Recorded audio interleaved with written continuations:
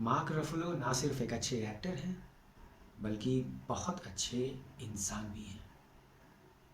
और न जाने क्यों ऐसा होता है कि जो लोग अच्छे होते हैं ज़िंदगी उनका इम्तहान बहुत जम के लेती है। पता नहीं, शायद ज़िंदगी का, डेस्टिनी का यही एसिड टेस्ट होता है कि मैं आपको इतने ख़तरनाक रास्तों से गुजारूंगी और उनको आपने पार कर लिया, वो सारे हर्डल्स, तो आप जो है दुनिया के शीर्ष पर पहुंच जाएंगे। मार्क रफलो की कहानी हम एक्टर्स के लिए एक मिसाल है कि किस तरह से जितनी भी ट्रेजेडी हो, जितनी भी प्रॉब्लम्स आए, जितनी भी परेशानियां आए, लेकिन जो एक हमारा मेन फोकस है, जो लक्ष्य है, वो तो हम पाके रहेंगे। उससे हम, ऐसा नहीं है कि हम डिस्ट्रैक्ट हो जाएंगे और वो करना ही बंद कर देंगे या कहीं का कहीं और पहुंच जाएंगे। एक्चुअली ये कहानी उनके जीवन में जितनी ट्रेजेडी आई ना, उससे रिलेटेड है। मार्क रफेलो का जन्म हुआ होगा 1967 में, अमेरिका के एक छोटे से शहर में। तो जब लॉस एंजल्स ये लोग मूव किए तो इनको एक बीमारी डायग्नोस हुई जिसका नाम है डिसलेक्सिया। डिसलेक्सिया में क्या होता है कि आप कुछ सीखने या समझने की स्थिति में नहीं होते हैं। जो भी चीज़ आपको स्कूल में पढ़ाई जा रही होती है या सिखाई जा रही होती है वो आप सीख नहीं पाते हैं। तो जाहिर सी बात है कि स्कूल में काफ़ी ज़्यादा ह्यूमिलिएशन सहना पड़ा था इनको। उसकी वजह से डिप्रेशन में चले गए थे और काफ़ी अर्ली एज से नशा वशा भी शुरू हो गया था और काफ़ी इधर उधर भटकने वाली स्थिति थी इनकी, क्योंकि स्कूल में तो इज्जत मिलती नहीं थी। और एक छोटा बच्चा क्या चाहता है कि उसको एक्सेप्ट किया जाए, उसकी एक रिस्पेक्ट हो, उसको कम से कम एक केयर मिले। तो ये सब नहीं मिला। काफ़ी गरीबी में भी जीवन जी रहे थे ये लोग, क्योंकि इनके जो फादर थे वो एक कंस्ट्रक्शन साइट पर पेंटर थे, माँ हेयर ड्रेसर थी, तो कोई बहुत अच्छी इनकम तो नहीं थी, तो गरीबी भी थी। 4 भाई बहन थे, 2 बहन 2 भाई।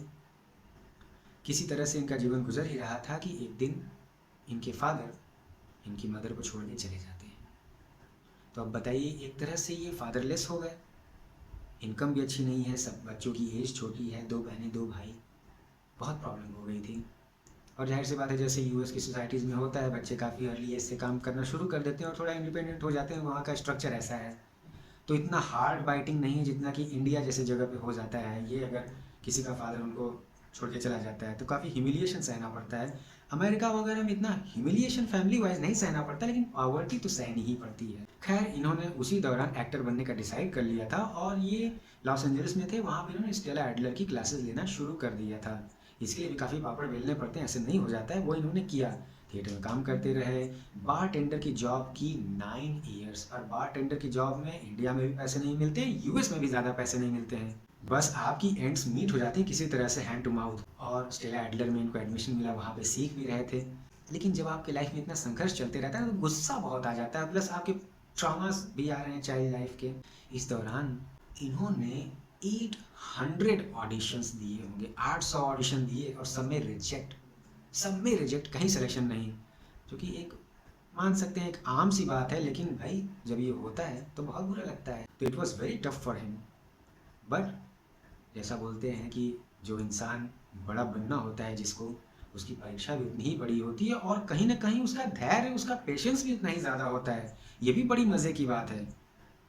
ऐसे ही कोई भी इंसान बड़ा नहीं बन जाता है, या तो उनके पास भगवान ऐसी शक्ति दे ही देता है कि भाई तुम्हारा गट्स ही बहुत ज़्यादा है, या फिर लड़ने की शक्ति दे देता है। इसीलिए बोलते हैं ना कि डेस्टिनी तो अपनी तरफ जा ही रही है, हमको लेकर जा ही रही है अपनी तरफ में। आपके कर्म जो है, हमारे अपने कर्म भी कुछ डिसाइड करते हैं। तो मार्क रफेलो भाई जो है ये अपना कर्म करते रहे। अपना खुद का थिएटर ग्रुप इन्होंने बनाया ऑर्फियस नाम से। तो रिजेक्शन तो मिलते रहे, लेकिन इन्होंने अपना थिएटर करना नहीं छोड़ा, वो करते रहे और स्टेला एडलर से पढ़ाई तो कर ही रखी थी। खैर, रिजेक्शन वगैरह झेलते झेलते 97 में इनको इनकी पहली फिल्म मिल गई थी, ठीक ठाक थी, और इनका एक्टिंग करियर अब चल पड़ा था और ठीक ठाक चल रहा था, अच्छा चल रहा था। ऐसा बहुत बड़ा मार्क नहीं बनाया था इन्होंने, लेकिन चल रहा था करियर। बोल सकते हैं कि एक सक्सेसफुल एक्टर बनने की तरफ इन्होंने कदम बढ़ा दिया था। लेकिन बहुत बड़ी ट्रेजेडी हो गई, फिजिकल ट्रेजेडी हो गई इनके साथ में। इनको बहुत बड़ी एक फिल्म मिली मनोज नाइट श्यामलन की, द साइंस करके। बहुत ही ज़बरदस्त फिल्म थी, बहुत ही इसके चर्चे हुए, आप गूगल पे इसको सर्च करना। वो इनको मिल गई थी। उस फिल्म के बनने के दौरान इनको रात में ड्रीम आया कि इनको ब्रेन ट्यूमर है, और उन्होंने इग्नोर नहीं किया। दूसरे दिन he got so much traumatised कि वो दूसरे दिन डॉक्टर के पास पहुंच गए, और देखिए क्या हुआ कि डॉक्टर ने बोला कि this dream is not just a dream, this is reality, you have a brain tumour. आपको ब्रेन ट्यूमर है, कैंसर तो नहीं बना है, लेकिन इसको निकालना पड़ेगा सर्जरी से। और सर्जरी करते समय हो सकता है कि आप सुन ना पाएँ या कुछ ना कुछ लॉस होगा आपका, ऐसा है। बहुत डिमोटिवेट हो गए ये। और तब ये फादर बनने वाले थे और इन्होंने ऑपरेशन के टाइम एक अपना वीडियो रिकॉर्ड किया अपने बच्चे के लिए, क्योंकि ये मान चुके थे कि ये ज़िंदा नहीं बचेंगे। तो जो बच्चा जब बड़ा होगा तो कम से कम अपने फादर को बोलते हुए देखेगा जो उनके फादर उनसे बोलना चाहते थे। लेकिन ऊपर वाले का करिश्मा ये कि ज़िंदगी बच गई। हालांकि पैरालिसिस हो गया था, इनका लेफ़्ट साइड इनका पैरालाइज्ड हो गया था फेस, तो प्रॉब्लम थी। अब एक्टिंग करियर भी तो पैरालाइज्ड फेस, तो ये सोच भी नहीं पा रहे थे। लेकिन फिर इनका गट्स और इनकी डिटर्मिनेशन और इनकी वाइफ ने भी बहुत सपोर्ट किया इनको, इनकी डेस्टिनी ने भी सपोर्ट किया इनको, और ये साल भर के अंदर, 1 साल के अंदर रिकवर होके और वापस से इंडस्ट्री में आने के लिए तैयार हो चुके थे ऑलमोस्ट। और इन्होंने कमबैक किया, कमबैक हुई, अच्छी फिल्में आई, 13 गोइंग ऑन 30 काफ़ी ज़्यादा ब्लॉकबस्टर थी, एक रोम कॉम थी, काफ़ी अच्छी फिल्म थी, आप देखिएगा।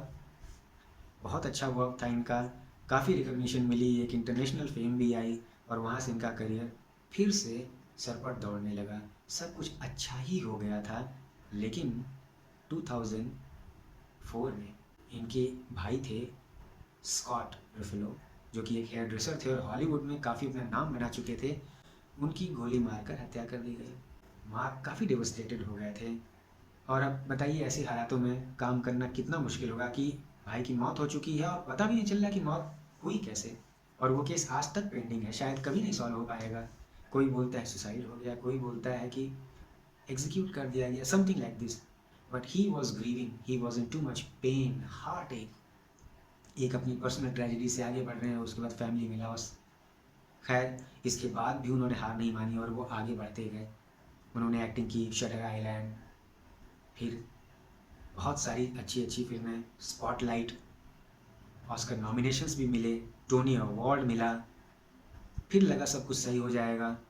2008 में इनके एक बहुत ही deep fast friend Chris Penn, जो एक शॉन पेन के भाई थे, जो इनके स्टेला एडलर के कोर्स में इनके फ्रेंड भी थे मार्क रफेलो के, ही कमिटेड सुइसाइड। अपना बेस्ट फ्रेंड सुइसाइड अगर कमिट कर ले तो इंसान बहुत ही हिल जाता है, मेंटली काफ़ी डिरेल हो जाता है। मार्क रफेलो भी काफ़ी ज़्यादा पेन में चले गए थे, एक के बाद एक ट्रेजेडीज होती ही जा रही थी। Heath Ledger was also very good friend of Mark Ruffalo, उस मौत ने भी काफ़ी ज़्यादा हिला दिया था इनको।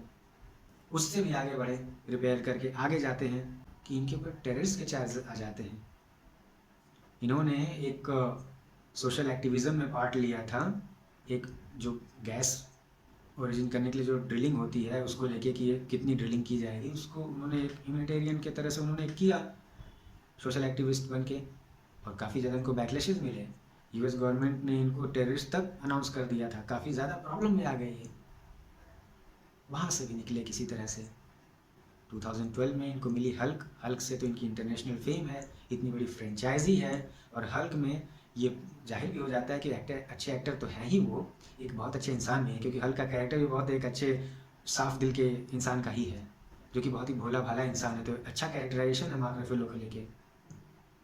तो कहने का मतलब ये है दोस्तों कि आप ट्रैजिक जो लाइफ इनकी देखिए, बचपन में डिसलेक्सिया, फादर का छोड़ जाना, गरीबी, एक बारटेंडर के जैसे काम करना, 800 फिल्म ऑडिशन में रिजेक्शन होना, फिर भाई की मौत, फिर खुद की personal physical tragedy, brain tumour, फिर 2 बहुत ही घनिष्ठ मित्रों का इस दुनिया से चले जाना, फिर खुद के ऊपर इतनी बड़ी एलिगेशन लग जाना, इनके बावजूद एक इंसान अपने आप को कैरी करता रहा और एक के बाद एक अच्छी एक्टिंग करता रहा। आप इस चीज़ को ऐसे सोचिए कि पर्सनल लाइफ में जो हो रहा है उसका काम पर भी इफेक्ट पड़ना चाहिए। तो how motivated Mark Ruffalo kind of people are, ये लोग अपनी जो एक्टिंग है वो सही कर ले रहे हैं। ये हमारे लिए एक मोटिवेशन है या नहीं? मेरे लिए तो बहुत बड़ा मोटिवेशन है। मार्क रफेलो को मैं बहुत सालों से पसंद करता था, he was one of my favourite actor.